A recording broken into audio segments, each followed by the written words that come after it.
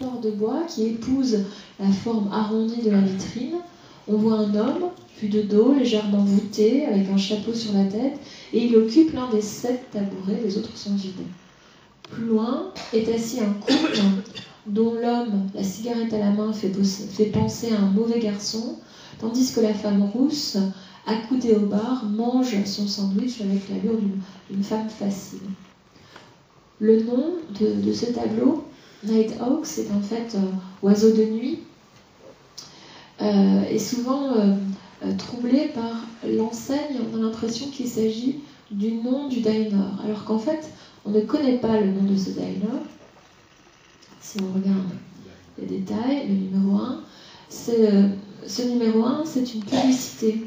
Une publicité qui a fait celle des cigares américains Phillies. Et ensuite, en numéro 2, on a aussi un peu ce qu'on avait vu avec Chop Suey, le passage du reflet lumineux sur la vitrine, qui est assez complexe. Il va ricocher sur la vitrine du magasin de l'autre côté de la rue. Et les études préparatoires montrent aussi que le personnage assis de dos, le numéro 3, était au départ en uniforme de police.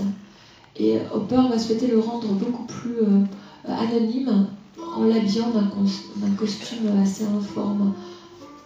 Comme souvent chez Hopper, l'œuvre est pleine d'ambiguïté. Et le couple assis en numéro 4, bien qu'ils soient l'un à côté de l'autre, ne semblent pas communiquer. On n'est même pas sûr qu'ils soient vraiment venus ensemble. Au contraire, le langage de leur corps suggère une tension entre eux. C'est d'autant plus troublant qu'Hopper s'est représenté pour ce personnage masculin et que, comme d'habitude, il a utilisé son épouse comme modèle féminin.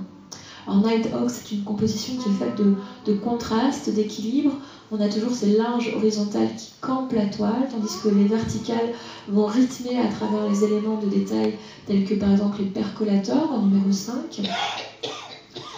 Et la lueur artificielle qui donne cette couleur verdâtre, assez crue, acidulée aussi, elle vient en fait des lampes fluorescentes qui viennent d'entrer en usage à cette époque.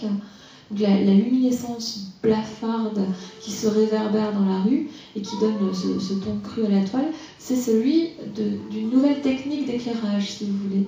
Comme les impressionnistes avaient été fascinés par l'éclairage au gaz dans les rues, ici, les néons, enfin l'ancêtre des néons, les tubes fluorescents, vont donner cette lueur verdâtre. Dans cette toile, il ne se passe quasiment rien de décisif, et pourtant, ce tableau a abondamment été interprété comme une scène de film noir. On pense même que cette scène aurait été suggérée par Hemingway à Hopper après la lecture d'un de ses romans, Les Tueurs. Et certains critiques ont même imaginé que Hopper a mis en scène l'instant qui précède l'irruption de gangsters.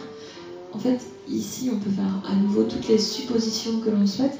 Il ne se passe rien. Ce que Hopper a voulu représenter, c'est juste l'ennui dans les grandes villes, des lieux propres et sans confort où on va la nuit quand on n'a pas de foyer, quand il faut bien manger quelque chose. C'est la banalité de la vie qui illustre Hopper. Et c'est pour ça que l'ensemble des œuvres de Hopper sont atemporelles et peuvent séduire le public du XXIe siècle.